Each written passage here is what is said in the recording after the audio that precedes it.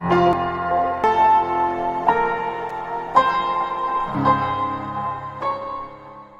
you doing?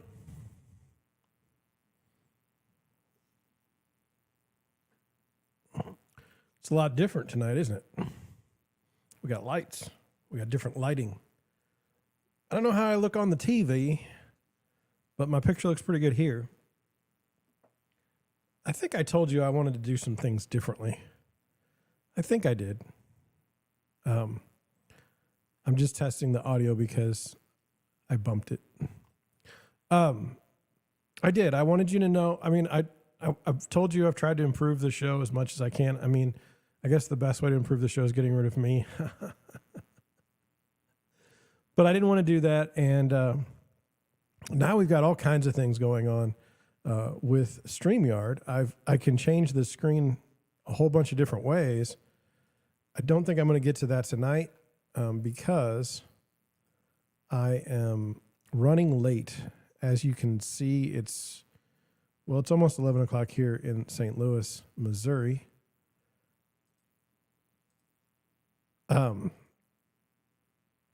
And that's that. Again, starting the show off strong, I'm going to go ahead and post a hello to everyone, just in case somebody wanted to hang out in the chat. You're welcome. I'm still getting used to it. Look, I can change the colors to any color I want now, except for black. I could do white, but that would be stupid. I'm thinking about Christmas time. I'll do red and green. I think I'll change this right. You can't see it, but if you could, it'd be back in the corner underneath the Home Sweet Home sign. I'd put that closer to the wall so you can't see back there. Or I might get a few more LEDs behind me. I mean, the more the merrier. So that's what I've been doing this afternoon. And you say, well, that shouldn't have taken that long. Well, it did. I'm so behind on everything. I mean, I just don't have any way of getting caught up. And you say, well, you could hire someone to do stuff. And it's like, no, I can't. Oh, my gosh. And then these bugs. Oh, man. Just a second.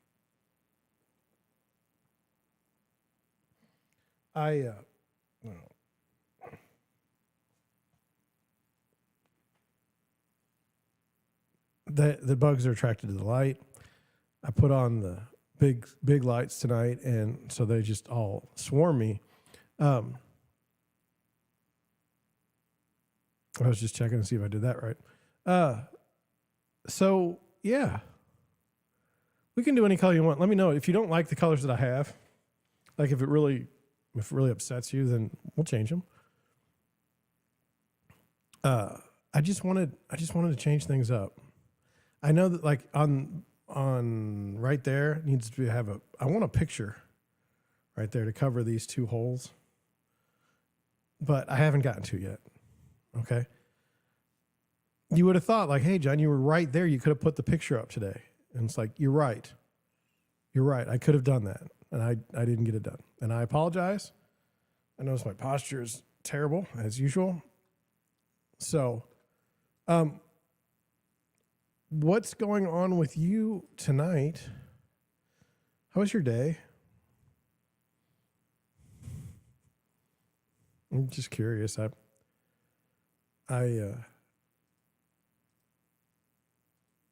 kind of thinking we're going to see houses this weekend. There's 2 houses to show for sure. Different buyers. Again, yeah, I'm worried about the market, but people need housing. It's really weird. Do I think if the housing market goes down significantly, do I think agents will be blamed? Yes.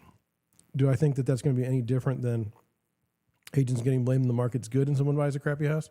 No. I don't. I really don't. I mean, from what I've seen is people, at least with my buyers and sellers, with my buyers, they understand like this is a weird market, and weird being like not good for them. And then for my sellers, I tell them, don't go crazy with the price. I had a house in the neighborhood.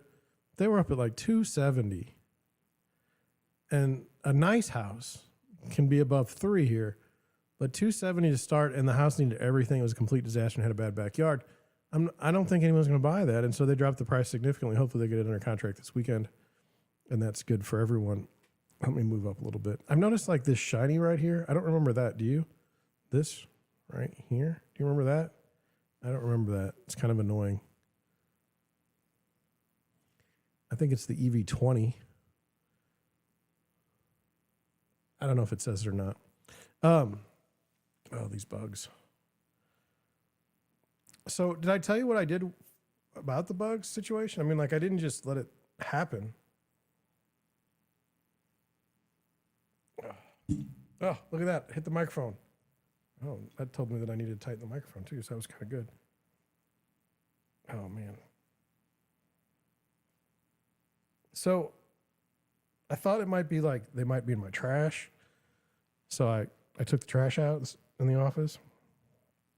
I think my biggest fear with the bugs is flying in my ear or flying in my mouth when I'm talking on a show or flying in my eye. You remember, would you ever had a gnat fly in your eye when you were a kid? Ugh. That's my concern. But anyway, I took out the trash. I had these starter plants. I put those away. So, I mean, I got nothing. It's pouring rain here. I don't know about how the internet's going to go tonight. Pouring rain. I don't know. I've got all kinds of things going on, and it feels like time is going by slowly. It's 6 minutes in, but I guess I should introduce myself for those people who might have stayed on. We'll get to that. But anyway, my name is John Schenk. I'm the founder and managing broker of Deerwood Realty in St. Louis. We're a small brokerage, very small. It's just me. I help buyers buy homes and sellers sell theirs on weeknights and sometimes weekends. I do the Deerwood Realty live stream, usually at 9 o'clock, coming in at 10:30 tonight or 10:45. Not the best quality for me. I need to get to sleep. But anyway, that's what I do. And we talk about the real estate market. We talk about pop culture. We talk about aging. I got to put that on the list. I don't know. I don't want to spend too much. I need to stay on task tonight. And see, the thing that I was going to tell everybody, I forgot already. And it'll come to me eventually. But anyway, let's get started with tonight's show. I'm not gonna rant, but I did want to talk about something that happened to me today. Look, I got a lot going on, and I'm not like, look at me, I'm so busy and I'm making all these bank and all. No. I'm busy, but I don't tend to engage in high level discussion on YouTube Shorts. Like, it doesn't seem to be the right medium for that. And so today somebody took a short that I put out. I guess they took it out of context or something, and they were going to explain to me the value of money. Like, so some rando somewhere is going to explain to me what the value of money is and how things work.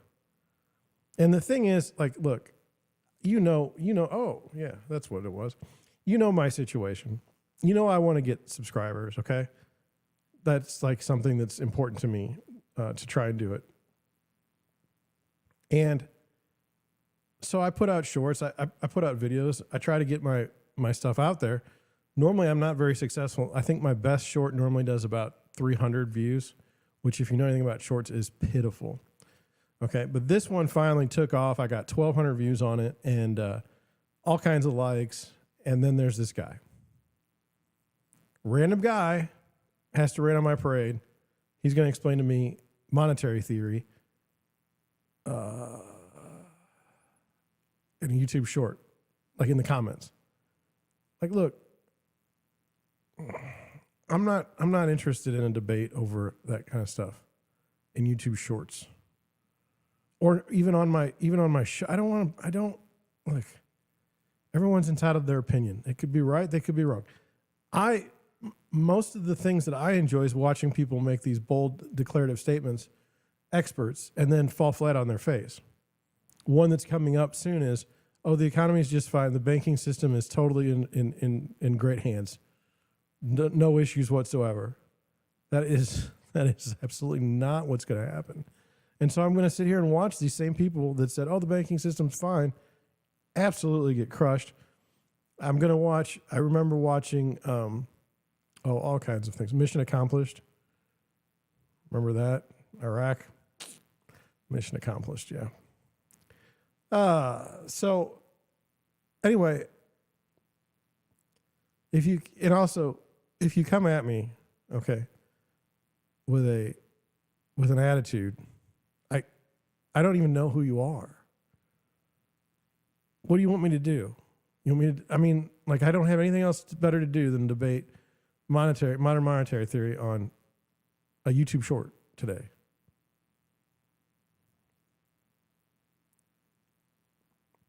Also, if you want to make a short yourself about it, or if you want to make a video about it, go right ahead.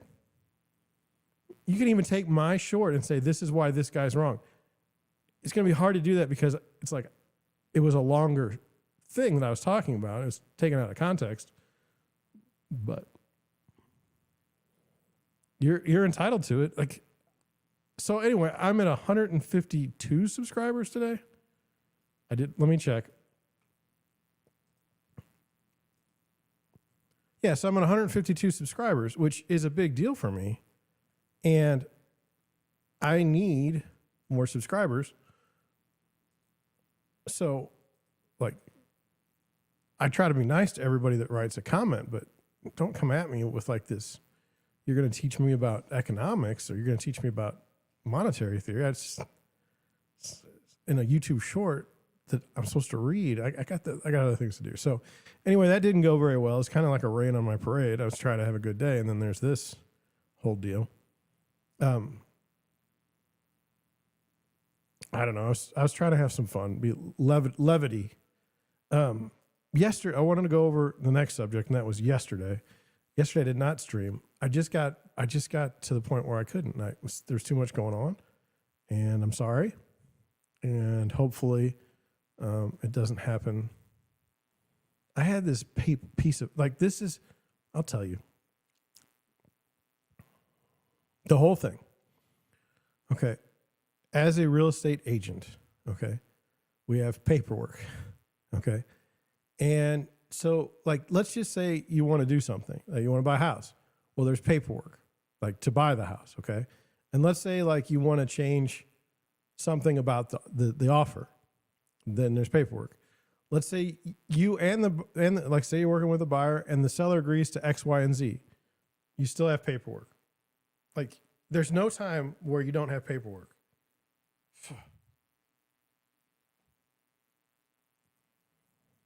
So I was doing paperwork. And so what I tell my buyers, what I tell anybody that I work with is it's like a tennis match, okay? Doesn't matter what the paper says, just whenever it comes to you, just hit it back. Hit it across the net. They serve it to you, you hit it across the net. And unfortunately, last night, the timing of it was right when I had to hit the piece of paperwork back to the other agent. It was right during the time to stream. And before that, I had not prepared too much because I was working on paperwork. And so I just messed up. And I'm sorry. And I hope you'll forgive me. Because I did put a warning, just so you know, I do have the Deerwood Realty live stream on Twitter account. So if you ever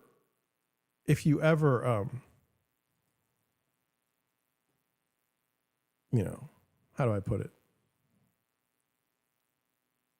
If you ever need to know, where is he? Is he okay? That's what I'm doing. I'm okay. Usually I'm okay. So don't freak out. I have a lot of stuff going on in the background, and I'm not showing you. I'm sorry.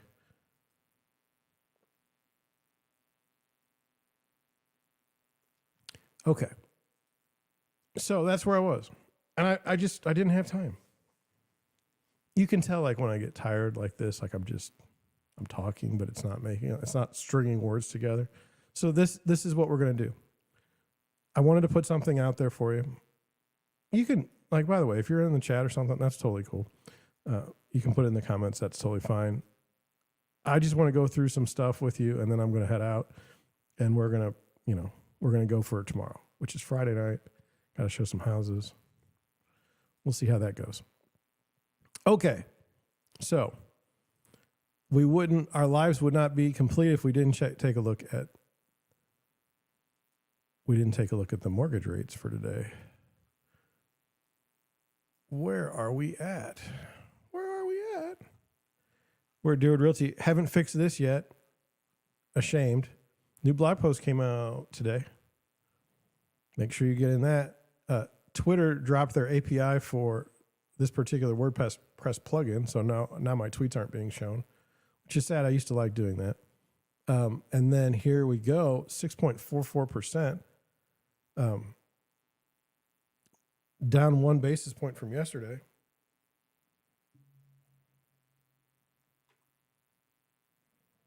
I had a bug land on my computer. Hopefully that didn't screw anything up, but I got the bug.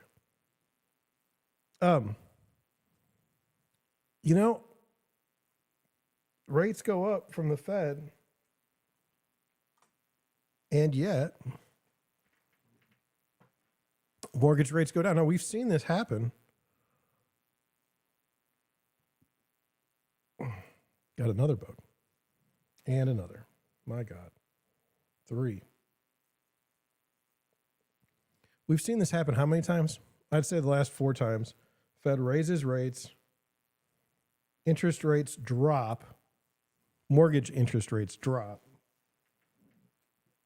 And then right before the next meeting, they start going up again, about a week before the meeting starts. And then they go down. And then when they raise rates, they go down. So I don't know I don't understand. I never have. I'm just telling you what's going on. So that's what's going on. Rates are going down. Very exciting for people that are trying to buy a home. Like my buyers that have a house under contract, they can lock in now at a lower rate. So that's a good thing. And I think they got a decent house. We're going to move on. We're going to do our one article today. I thought this was an interesting one. I wanted to share it with you.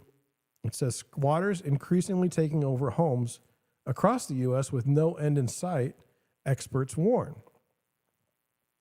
This came from, what did it come from? Zero Hedge. But this was a feed from a different site, the Epoch Times. It says, amid an increase in reports of squatters taking over people's homes across the country, one expert warned that the phenomenon is on the rise and noted that removing a squatter could take months. Now, look, I don't have this problem because I only have one home, the one I live in, and I'm here all the time. Well, unless I'm out showing houses or listing something. That's where I'm at. So no squatters here. But, I understand it says in the article, and I believe it to be true, that removing a squatter could take months. And we saw this. I've seen this before because I'm a real estate agent. I suspect, oh gosh, that's not good. If I did that I'm sorry. Like if I did that and you saw it, I'm sorry. Oh my God. There's 2 more gnats. This is unbelievable.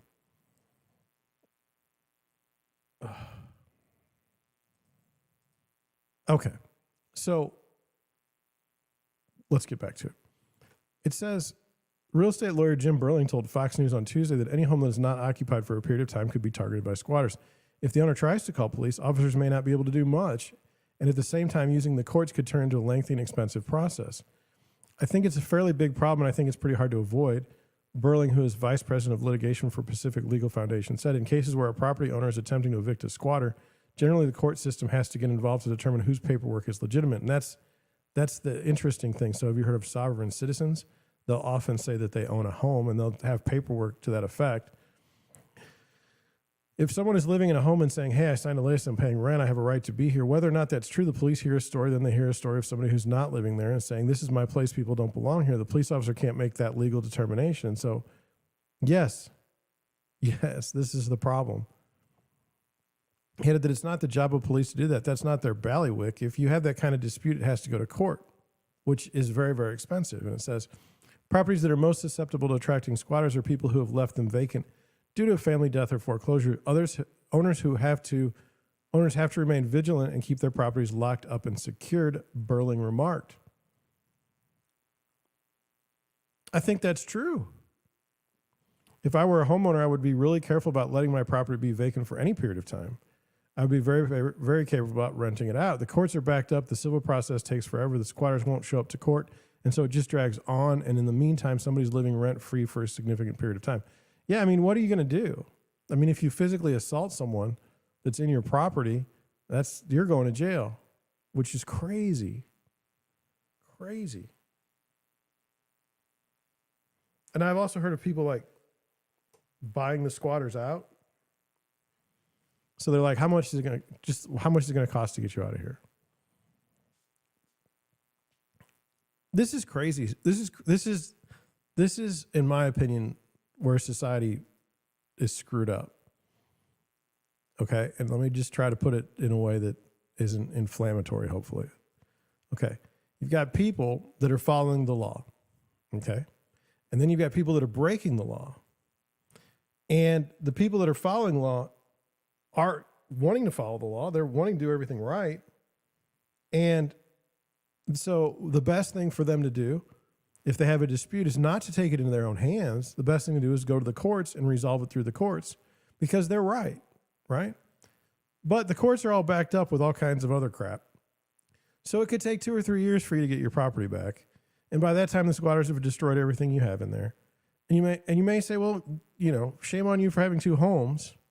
It doesn't work that way. This is the problem. These people are good and want to do the right thing, and yet the courts aren't there for them when they need it. It's terrible.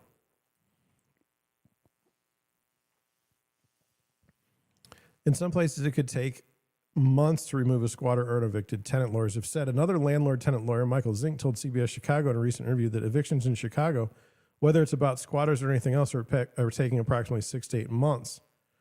Squatter cases he had have been on the rise in recent years because people know they can live for months rent-free with virtually no consequences. Zink noted that when the police get involved, they have very little power.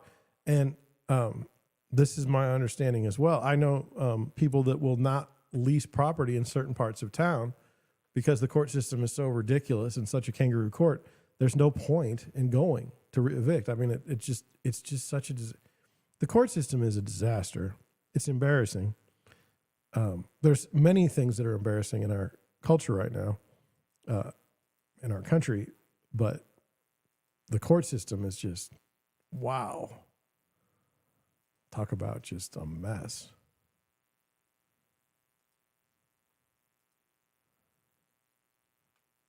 I want to check something real quick.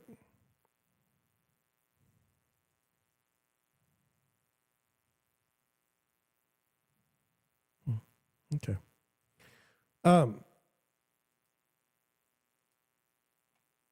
So here we go. In many areas and states, too, landlords cannot forcibly remove anyone from a property. Only a sheriff or court-sanctioned bailiff can do so after the landlord prevails in court. If a person is proven to have trespassed, police and law enforcement officers can intervene, however. There have been reports that landlords and property owners have used the so-called squatter removal services in some cities like Detroit to encourage squatters to leave. In one instance, in January, a property owner used such a service to post official-looking notice on the property warning the squatters to leave within 24 hours or else their possessions will be forcefully taken away. So now we're resorting to breaking the law because the law isn't being followed in a timely manner. Great. Recent cases, it says a Chicago area family told local media that they're currently embroiled in a legal fight to evict a man who is described as a professional squatter, which those do exist, who is now commandeering their deceased mother's home after Darthel Young's mother, who owned a duplex in Chicago's South Side for decades, died last year. The property was transferred to her family members, they told CBS Chicago. On September 23rd, I got a call from the neighbors to say there's been a shooting in the building, and when I went to the building and put my key in it, it didn't work.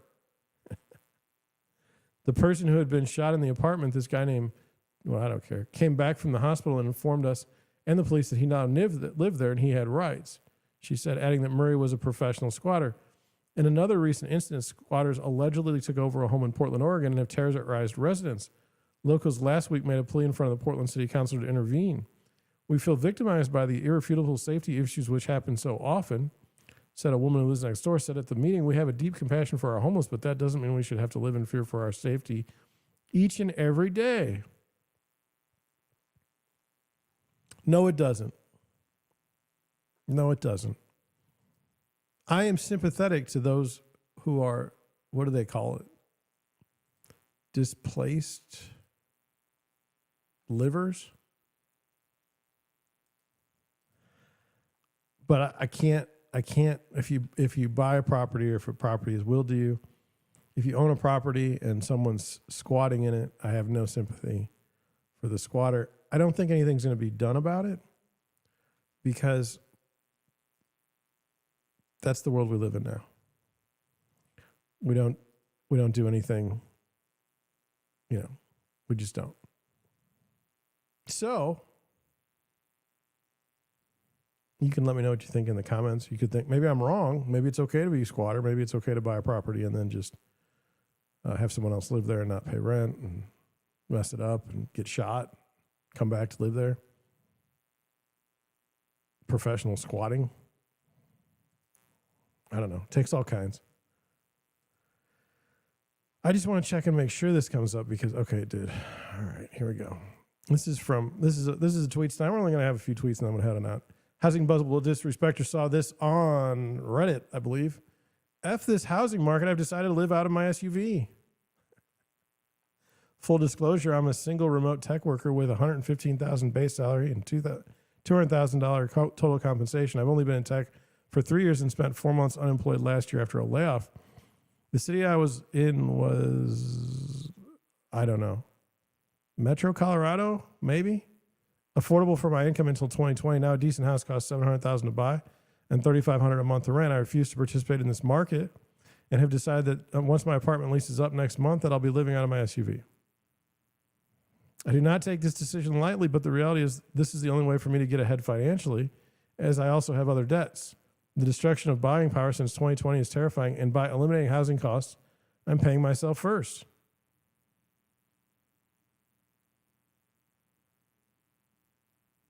This is my way of giving the middle finger to greedy landlords in this unsustainable housing market. Interesting. Added, I'm not in my 20s, I'm in my 30s, and I have had some major financial setbacks, which have prevented me from saving a house.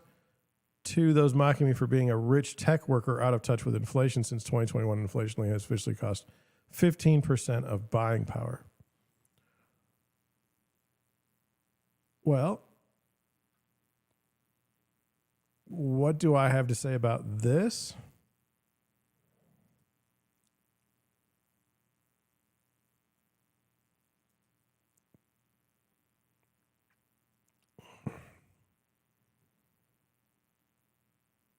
They're like, you're homeless.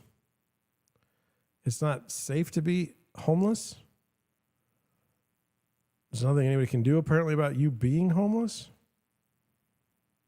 I don't think you're really giving the middle finger to greedy landlords in this unsustainable housing market because and I hate to say this, no one cares about you as a person at all.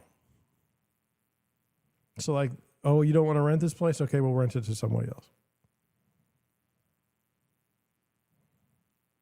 I mean, that's just the way people think. That's maybe not the most compassionate, but I don't know.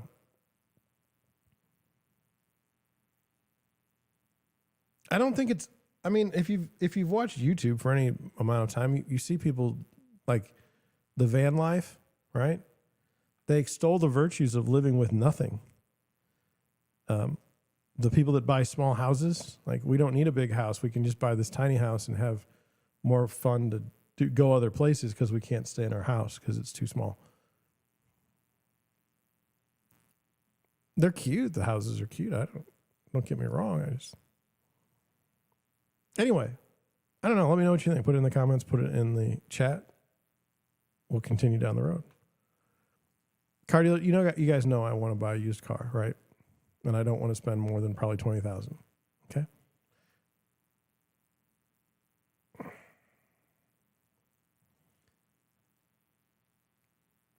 This is the car dealership guy. Says, what's up with car repossession? Let me tell you what we're seeing. Budget constrained consumers have had no choice but to purchase older cars over the past couple of years.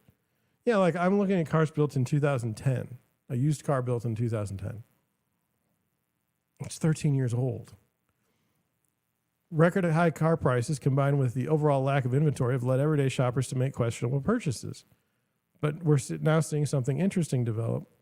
A big uptick of shoppers that are coming in with recent repossessions on their credit history. When we ask them what happened, they tell us that they purchased an old car and it broke down, leaving them with a repair bill that they couldn't afford.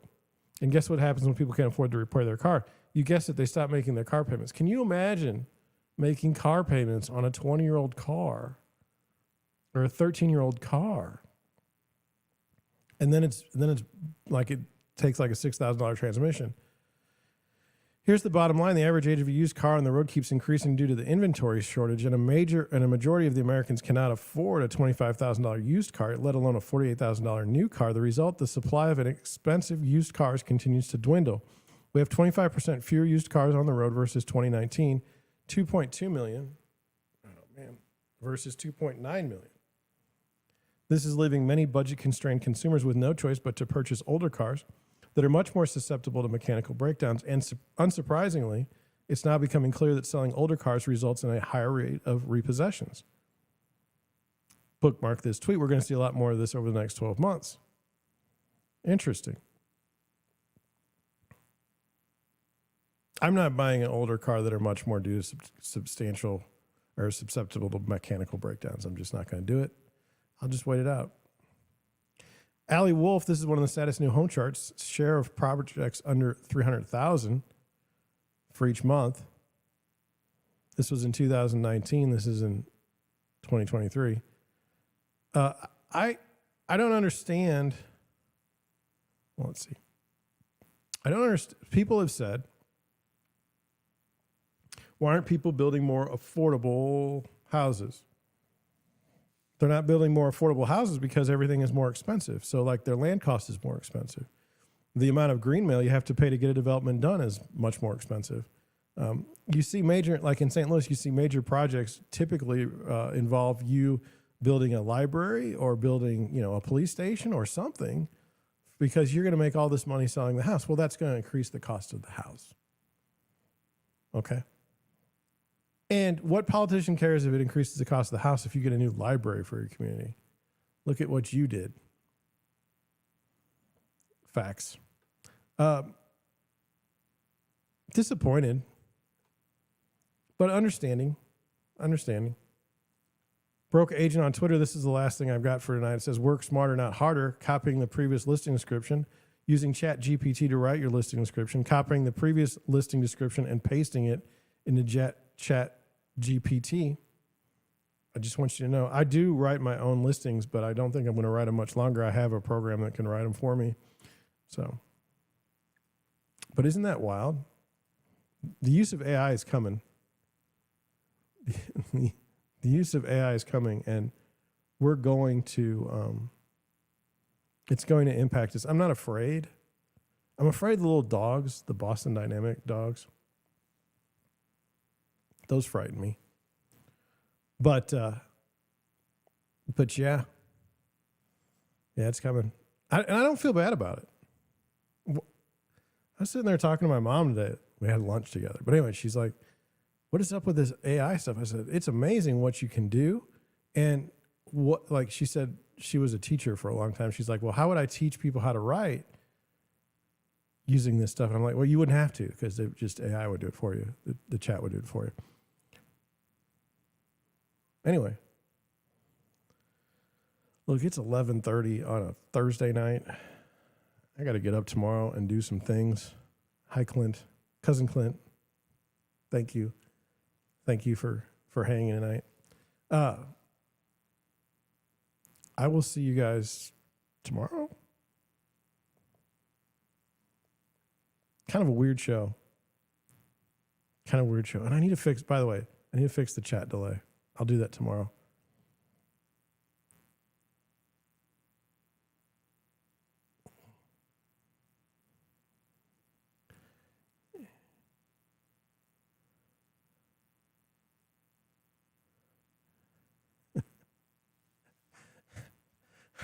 I'm not getting in the affordable housing discussion tonight on that one.